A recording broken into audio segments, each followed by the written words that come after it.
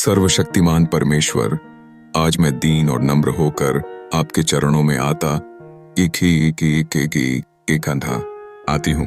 हे प्रभु यीशु मसीह, आप मेरे उद्धारकर्ता, मेरे चंगाई दाता और मेरे जीवन के आधार हैं।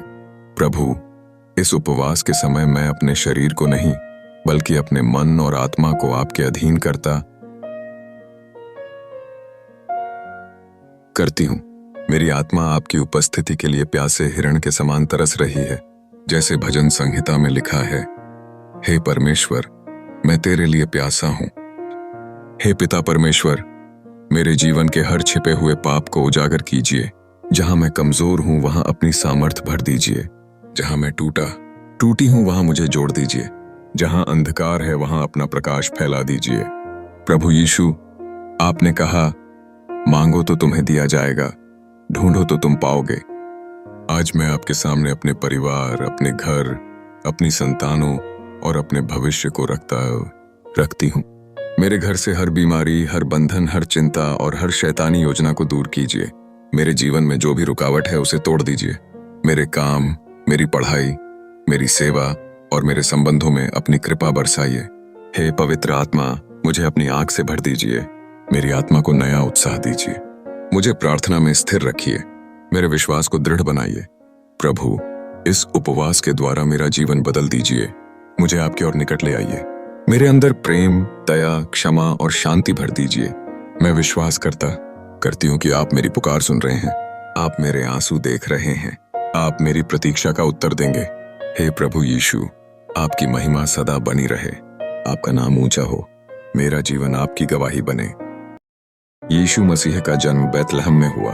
मरियम उनकी माता थी और यूसुफ उनके पालनकर्ता पिता थे। बचपन से ही यीशु बुद्धिमान और परमेश्वर के आज्ञाकारी थे। जब वे बड़े हुए तब उन्होंने लोगों को प्रेम, दया, क्षमा और सच्चाई का मार्ग सिखाया। उन्होंने अंधों को दृष्टि दी, बीमारों को चंगा किया और दुखियों को सांत्वना दी। वे कहते थे, तुम अपने पड़ोसी से अपने समान प्रेम रखो। लेकिन उस समय के कुछ धार्मिक अगुओं को उनका सत्य पसंद नहीं आया। अंत में उन्हें क्रूस पर चढ़ाया गया, परंतु तीसरे दिन वे मृतकों में से जी उठे। यही उनका महान उद्धार का कार्य है, जिससे विश्वास करने वालों को अनंत जीवन मिलता है। यीशु मसीह और उपवास। जब यीशु ने अपनी सेवा शुरू की, उससे पहले वे 40 दिन और 40 रात जंगल में उपवास करते रहे। उस समय उन्होंने कुछ भी नहीं खाया और लगातार प्रार्थना की।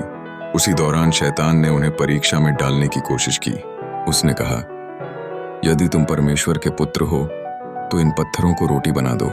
यीशु ने उत्तर दिया, मनुष्य केवल रोटी से नहीं परंतु परमेश्वर के हर वचन से जीवित रहेगा।